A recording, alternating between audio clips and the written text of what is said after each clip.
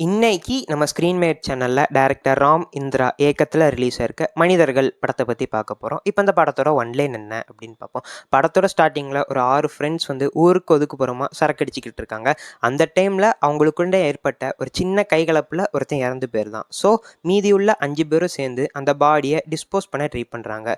So இதுக்கப்புறம் என்னாச்சு, அவங்க எல்லாரும் யார்கிட்டயும் மாட்டாம அதை டிஸ்போஸ் பண்ணாங்களா இல்லையா அப்படிங்கதான் படத்தோட மொத்த கதையே. இந்த படம் ஃபுல்லாவே ஒரு ரோட் ட்ரிப்ல நடக்கிற மாதிரி தான் இருக்குது. ஒரே நைட்டு ஒரே காருக்குள்ளே ஒரே ஒரு பேசிவ் கான்ஃப்ளிக்ட், இதுக்குள்ளே நடக்கிற இன்சிடென்ட்ஸ் தான் இந்த மொத்த படமாகவே இருக்குது. ஆனால் இந்த படத்தோட ஒன்லைன்லேயே பெரிய பிரச்சனை இருக்குது. பிரேக்கிங் பேட் சூக்ஷ்மதர்ஷினியில் வர மாதிரி பாடியை நான் ஆசிட் ஊற்றி டிஸ்போஸ் பண்ண போகிறேன், இல்லை நான் வேறு ஏதாவது ஐடியா வச்சுருக்கேன் அப்படின்னா பாடியை ஒரு இடத்துலேருந்து இன்னொரு இடத்துக்கு நகர்த்துறதுக்கு ஒரு காரணம் இருக்கும். ஆனால் இவங்க கோலே புதைக்கிறது தான். அதுக்காண்டி இவங்க இவ்வளோ ரிஸ்க் எடுக்கிறாங்க. அங்கேயே பக்கத்தில் எங்கேயாவது புதைச்சிருந்தாங்கன்னா இவங்க பயணங்களில் மேற்கொண்ட பிரச்சனைகள் எதுவுமே நடந்திருக்காது, அந்த பயணமே நடந்திருக்காது.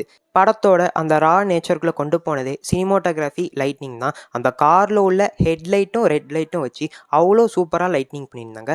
அதுலேயும் குறிப்பாக அந்த overlapping shots with dissolving cuts, இது எல்லாமே தான் படத்தோட மூடுக்குள்ளே ரொம்பவே சூப்பராக கடத்தி இருந்துச்சு. இது எல்லாம் இவங்க நல்லா பண்ணியிருந்தாலும் ஸ்க்ரீன் பிளே ஒரு பெரிய ஓட்டையாக இருந்துருச்சு.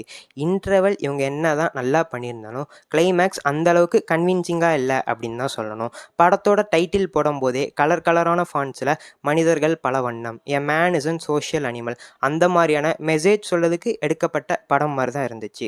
ஆனால் வெளியே இருந்து பார்க்குறவங்களுக்கு ஒரு ராவான எக்ஸ்பெரிமெண்டல் ஃபிலிம் பார்த்த மாதிரி தான் இருக்கும். என்னையை பொறுத்த வரைக்கும் இவங்க ஏதோ மெசேஜ் சொல்கிறதுக்காண்டி தான் இந்த படம் எடுத்திருக்காங்க அப்படின்னு தோணுச்சு. நம்மளை பொறுத்த வரைக்கும் இது ஒரு ரொம்பவே ஆவரேஜான படம் தான்.